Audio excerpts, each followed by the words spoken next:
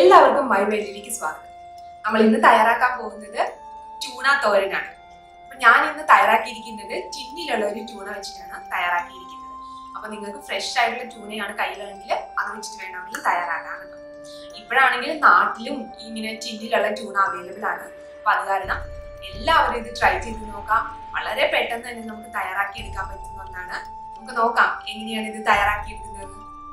അപ്പോൾ അതിന് വേണ്ടിയിട്ട് ഞാനിവിടെ ഒരു ക്യാൻ ട്യൂണയാണ് എടുത്തിരിക്കുന്നത്. ഈ ട്യൂണ എന്ന് പറയുന്നത് ട്യൂണ ഇൻ വെജിറ്റബിൾ ഓയിലുള്ളതാണ്. അപ്പോൾ ഒരുപാട് ഫ്ലേവറിലുള്ള ട്യൂണകൾ ഇപ്പോൾ അവൈലബിൾ ആണ് കേട്ടോ മാർക്കറ്റിൽ. അതായത് ഒലീവ് ഓയിലുള്ളത്, അല്ലാന്നുണ്ടെങ്കിൽ പ്ലെയിൻ വാട്ടറിലുള്ളത്, അല്ലാന്നുണ്ടെങ്കിൽ ബാർബിക്യൂ ഫ്ലേവേർഡ് ആയിട്ടുള്ളത്, പിന്നെ ഗാർലിക് ഫ്ലേവേർഡ് ആയിട്ടുള്ളത്, പിന്നെ ചില്ലി ചേർത്തത്, അങ്ങനെ ഒരുപാട് ഫ്ലേവറിൽ ഇപ്പോൾ ട്യൂണ മാർക്കറ്റിൽ വരുന്നുണ്ട്. അപ്പോൾ ഞാൻ ഈ എടുത്തിരിക്കുന്നത് വെജിറ്റബിൾ ഓയിൽ ഇൻ ട്യൂണയാണ്. അപ്പോൾ ഇനി ബാക്കിയുള്ള ഇൻഗ്രീഡിയൻസ് എന്തൊക്കെയാണെന്ന് നോക്കാം. പിന്നെ ഇതിലേക്ക് ഞാൻ എടുത്തിരിക്കുന്നത് ഒരു സവാള, മീഡിയം സൈസിലുള്ള ഒരു സവാളയാണ് കേട്ടോ, ചെറുതായിട്ട് നുറുക്കിയെടുത്തിട്ടുണ്ട്. പിന്നെ ഒരു ചെറിയ തക്കാളി നുറുക്കിയെടുത്തിട്ടുണ്ട്. പിന്നെ നമുക്ക് പൊടികളായിട്ട് വേണ്ടത് 1/2 ടീസ്പൂൺ മുളക് പൊടി, നല്ല എരിവുള്ള മുളക് പൊടിയാണ് കേട്ടോ, അതുകൊണ്ട് 1/2 ടീസ്പൂൺ എടുത്തത്.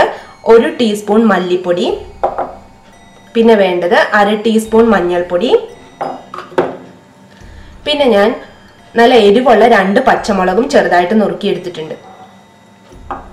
പിന്നെ ഇതിലേക്ക് കുറച്ച് കറിവേപ്പില, പിന്നെ ഇതിലേക്ക് ഗരം മസാലപ്പൊടിയും കൂടി ചേർക്കുന്നുണ്ട്, 1/2 ടീസ്പൂൺ ഗരം മസാലപ്പൊടി. പിന്നെ നമ്മൾ ഒരല്പം ഉലുവയുടെ പൊടി ചേർക്കുന്നുണ്ട് ഇതിലേക്ക്. പിന്നെ ഇത് ഇഞ്ചിയും വെളുത്തുള്ളിയും ചതച്ചെടുത്ത് വെച്ചിരിക്കുന്നതാണ്. 3 വെളുത്തുള്ളിയും ഒരു ചെറിയ കഷ്ണം ഇഞ്ചിയും കൂടി നല്ലതുപോലെ ചതച്ചെടുത്തിട്ടുണ്ട്. പിന്നെ നമുക്ക് തേങ്ങ വേണം. ഞാനിപ്പോൾ ഇവിടെ 1/2 ഗ്ലാസ് തേങ്ങയും ചേർക്കുന്നുണ്ട്. പിന്നെ ആവശ്യത്തിനുള്ള ഉപ്പും വേണം, എണ്ണയും വേണം. നമുക്ക് നോക്കാം എങ്ങനെയാണ് ഇത് തയ്യാറാക്കുന്നതെന്ന്. ഇപ്പം ഞാൻ ഓപ്പൺ ചെയ്ത് വെച്ചിട്ടുണ്ട്. അപ്പം ഞാൻ ഈ ഓയിൽ ഡിസ്കാർഡ് ചെയ്യുന്നില്ല. എന്താണെന്ന് വെച്ച് കഴിഞ്ഞാൽ ഈ ഓയിൽ ഉപയോഗിച്ചിട്ടാണ് ഞാനിപ്പോൾ തോരനാക്കി എടുക്കാൻ പോകുന്നത്. അപ്പം നിങ്ങൾക്ക് വേണമെന്നുണ്ടെങ്കിൽ ഈ ഓയിലിൻ്റെ ടേസ്റ്റ് ഇഷ്ടമില്ല എന്നുണ്ടെങ്കിൽ നിങ്ങൾക്കിത് കളയാം.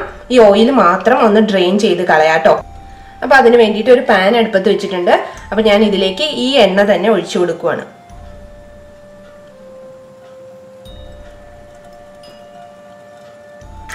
എണ്ണ നന്നായിട്ട് ചൂടായിട്ടുണ്ട്. ഞാനിപ്പോൾ ഇതിലേക്ക് സവാള ചേർത്ത് കൊടുക്കുവാണ്. ഇനി നമുക്കിതിലേക്ക് ഫ്ലെയിം നല്ല സിമ്മാക്കി വെക്കാം. ഇതിലേക്ക് പച്ചമുളക്, പിന്നെ കുറച്ച് കറിവേപ്പില, ഇത് നന്നായിട്ടൊന്ന് മിക്സ് ചെയ്ത് കൊടുക്കാം. ഇപ്പോൾ ഉള്ളി ഒന്ന് ചെറുതായിട്ട് വാടി വന്നിട്ടുണ്ട്. നമുക്കിതിലേക്ക് ഇഞ്ചിയും വെളുത്തുള്ളിയും കൂടി ചതച്ചത് ചേർത്ത് കൊടുക്കാം.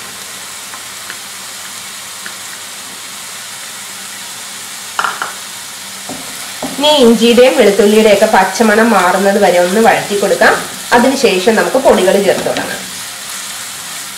അപ്പോൾ ഇതിൽ തന്നെയുള്ള ഓയിൽ നിങ്ങൾക്ക് ചേർക്കാൻ താല്പര്യം ഇല്ല എന്നുണ്ടെങ്കിൽ 2 ടേബിൾ സ്പൂൺ വെളിച്ചെണ്ണയോ അല്ലെങ്കിൽ സൺഫ്ലവർ ഓയിലോ ചേർത്താൽ മതി കേട്ടോ.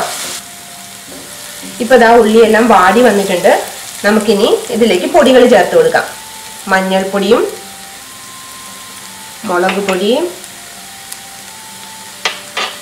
മല്ലിപ്പൊടി, പിന്നെ ഗരം മസാലപ്പൊടി.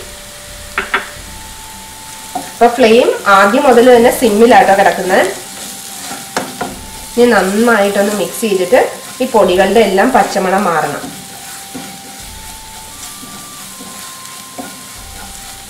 ഇപ്പം നമ്മൾ ചേർത്ത പൊടികളുടെ എല്ലാം പച്ചമണം മാറിയിട്ടുണ്ട്. നമുക്കിതിലേക്ക് അരിഞ്ഞു വെച്ചിരിക്കുന്ന തക്കാളി ചേർത്ത് കൊടുക്കാം. ഇനി എന്ത് ചെയ്യണം, ഈ തക്കാളി ഒന്ന് വേവിച്ചെടുക്കണം. അതിന് വേണ്ടിയിട്ട് ഒന്ന് മൂടി വെച്ചിട്ട് നമുക്ക് തക്കാളി വേകുന്നിടം വരെ ഒന്ന് വെയിറ്റ് ചെയ്യാം. പിന്നെ ഇങ്ങനെ കിടക്കട്ടെ, നമുക്ക് മൂടി വെക്കാം. അപ്പം അടച്ചു വെച്ച് വേവിക്കാൻ തുടങ്ങിയിട്ട് 2-3 മിനിറ്റായി. നമുക്കൊന്ന് ഓപ്പൺ ചെയ്ത് നോക്കാം.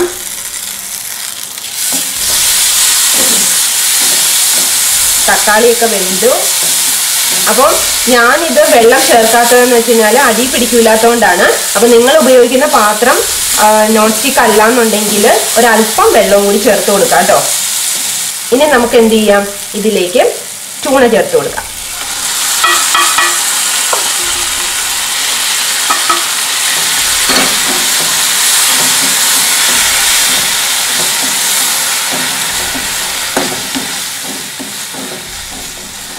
അപ്പൊ നമ്മള് ഉപ്പ് ഇതുവരെ ചേർത്തിട്ടില്ല.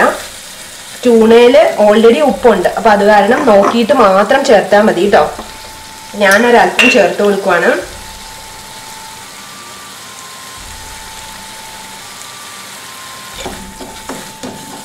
ഇനി നമുക്കിതിലേക്ക് തേങ്ങ ചേർത്ത് കൊടുക്കാം. അപ്പൊ തേങ്ങയുടെ അളവ് നിങ്ങൾക്ക് ഇഷ്ടത്തിനനുസരിച്ചിട്ട് മാറ്റി കൊടുക്കാം കേട്ടോ. അപ്പൊ ഇനി ഇത് നല്ലതുപോലെ ഡ്രൈ ആകുന്നത് വരെ വെയിറ്റ് ചെയ്യാം. ഇനി മൂടിയൊന്നും വയ്ക്കേണ്ട, തുറന്ന് തന്നെ നമുക്കൊന്ന് ഡ്രൈ ആക്കി എടുക്കാം. ഇപ്പൊ തുറന്ന് വെച്ചിട്ട് നമ്മൾ ഇതുപോലെ ഡ്രൈ ആക്കാൻ തുടങ്ങിയിട്ട് 2-3 മിനിറ്റ് കഴിഞ്ഞു. അപ്പൊ ഇനി ലാസ്റ്റ് നമുക്ക് എന്താ ചെയ്യേണ്ടത്, ഇതിലേക്ക് ഒരു നുള്ള് ഉലുവയുടെ പൊടി, ഇത്രയും മതി. ഇനി ബാക്കിയുള്ള കറിവേപ്പിലയും കൂടി ഒന്ന് തൂവി കൊടുക്കാം. ഇനി ഫ്ലെയിം ഓഫ് ചെയ്തു. അപ്പം ഇന്ന് ടേസ്റ്റ് ചെയ്യുന്ന, ഞാനിത് കഴിക്കില്ല, അപ്പൊ അത് കാരണം മോനാണ് ഇത് ടേസ്റ്റ് ചെയ്യാൻ വന്നിരിക്കുന്നത്. അപ്പൊ അവന്റെ അടുത്ത് ഒന്ന് കുറച്ച് കൊടുത്തു നോക്കാം. രാമ ഒന്ന് ടേസ്റ്റ് ചെയ്തിട്ട് പറയുമോ എങ്ങനെയുണ്ട്? നല്ലതാ. ഉപ്പൊക്കെ ഉണ്ടോ? കറക്റ്റ് ആണോ ഉപ്പൊക്കെ? അപ്പൊ നിങ്ങളും ഇതുപോലെ തന്നെ ട്രൈ ചെയ്ത് നോക്കിയിട്ട് ഫീഡ്ബാക്ക് എന്നെ അറിയിക്കുക. മറ്റൊരു ഈസി ആയിട്ടുള്ള റെസിപ്പി ആയിട്ട് അടുത്ത വീഡിയോയിൽ കാണാം. താങ്ക്